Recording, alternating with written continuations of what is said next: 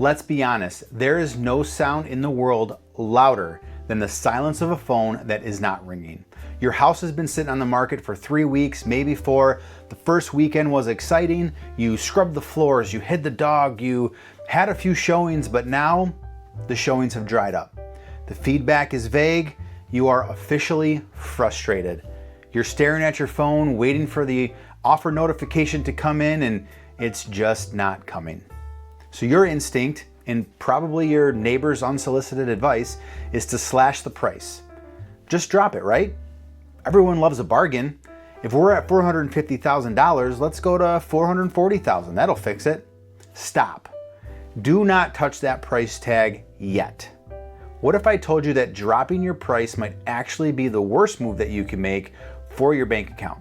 But, and this is a big but, what if I also told you that in the same specific scenarios, refusing to drop the price could be pure delusion? I'm Maceri, and today we're having an honest conversation about the real estate math. I'm going to look at the heavyweight fight between the price reduction and the seller concession in Michigan's market.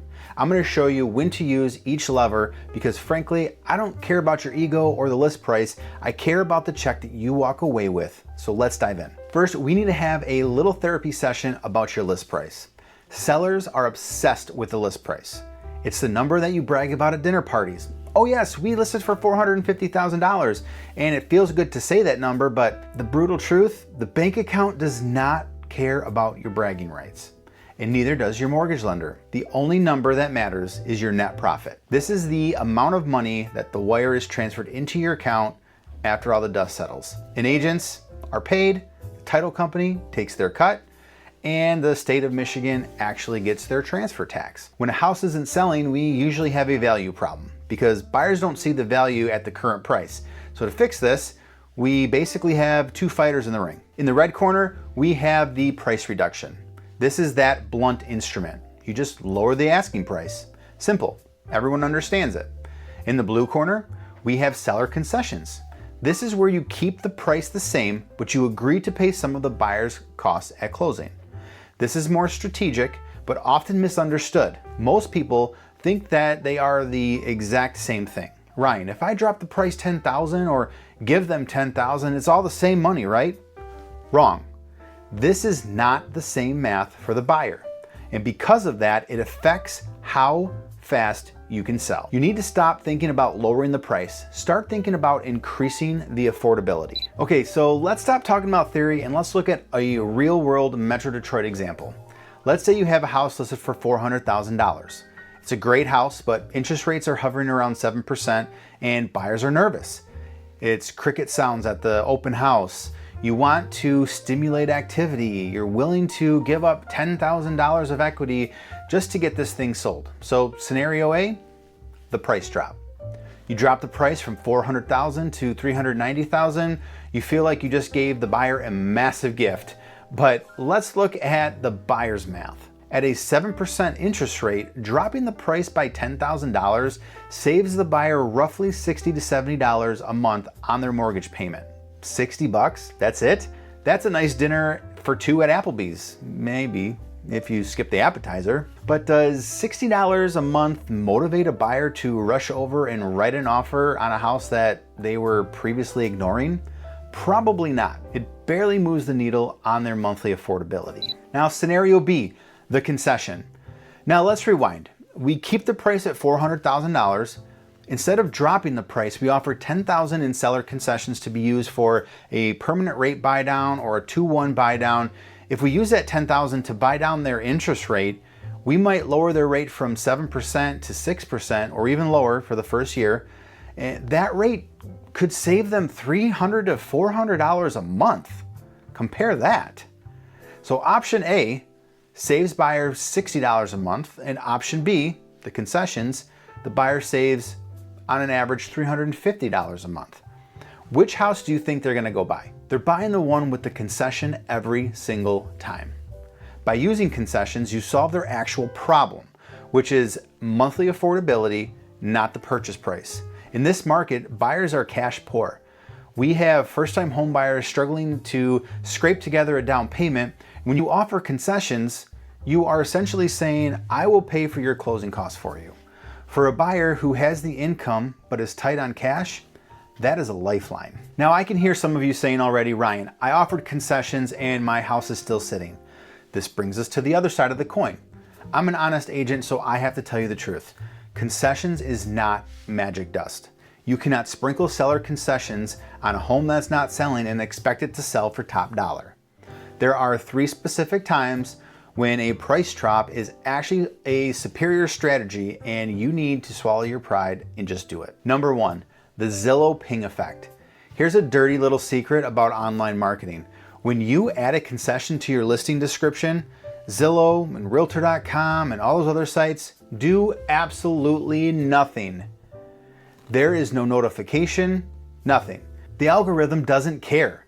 But when you change the list price, the algorithm wakes up. If you drop the price by a significant amount, Zillow sends a push notification and an email to everyone who has favorited your home or has saved it in their search area. It says price drop in big letters, 123 Main Street. This brings fresh eyeballs to your listing. If your showing traffic is literally 0, a concession will not help because no one is clicking on the house to read about it. You need the ping of a price drop to get them back in the door. Number 2, chasing the market. I see sellers try to get cute all the time. They drop the price by $1,000 or maybe $2,000. This is basically an insult to the market. If you're gonna drop, you need to drop enough where it enters into a new search bracket. If you are at $405,000, you are invisible to everyone searching up to $400,000. Dropping it to $399,900 opens up an entirely new pool of buyers. If you are overpriced, you just need to correct it quickly. The longer you sit, the more stale you become. A sharp, aggressive price drop stops the bleeding pretty fast. Small, tiny drops just look like desperation. And number 3, the unfixable flaw. This is the hardest one to hear. Concessions fix math problems. Interest rates, closing costs. A price drop fixes housing problems. If your house backs up to I-75 and it's super loud, I can't fix that with a rate buy down.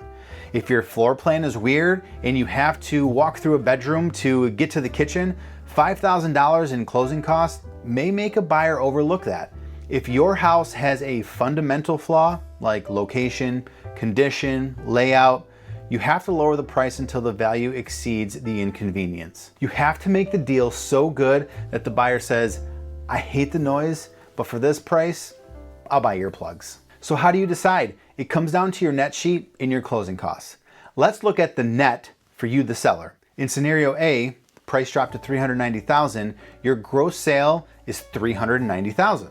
You pay commissions and Michigan transfer tax on $390,000. You lost that $10,000 of equity immediately. In scenario B, sold at $400,000 with $10,000 in concessions, your gross sale is $400,000.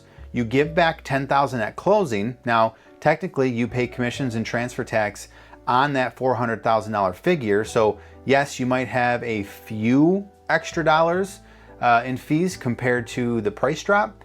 However, and this is a big but, scenario B usually sells the house faster if the issue is affordability. Every month your house sits on the market, it costs you money. You have property taxes, insurance, utilities, maybe HOA fees, and mortgage interest. In Michigan, holding costs can easily run $2,000 to $3,000 a month for a home in this price range. If the concession strategy sells your house 1 month faster than the price drop strategy, you already have made that difference up and then some. But if you are priced so high that you aren't getting showings, you are burning that $3,000 a month for nothing. In that case, a price drop is the only way to stop that bleeding. Here's the summary. Write this down. If you have high traffic but no offers, you have an affordability problem. Use concessions to close that gap. If you have 0 traffic and 0 showings, you have a value problem. You need that price drop to wake up the market. Listen, I know the math can get tricky and every house is a little different. You don't want to leave $5,000 or $10,000 on the table just because you pulled the wrong lever. And if you're in Metro Detroit and you're thinking about selling or your house is currently sitting on the market and you're very frustrated, Reach out. We can look at your specific numbers and figure out if you need a price correction or just a better strategy. Don't let your ego set the price. Let your wallet make the decisions. I'm Maceri, and thank you for watching. Be sure to like and subscribe, and we'll see you on the next one.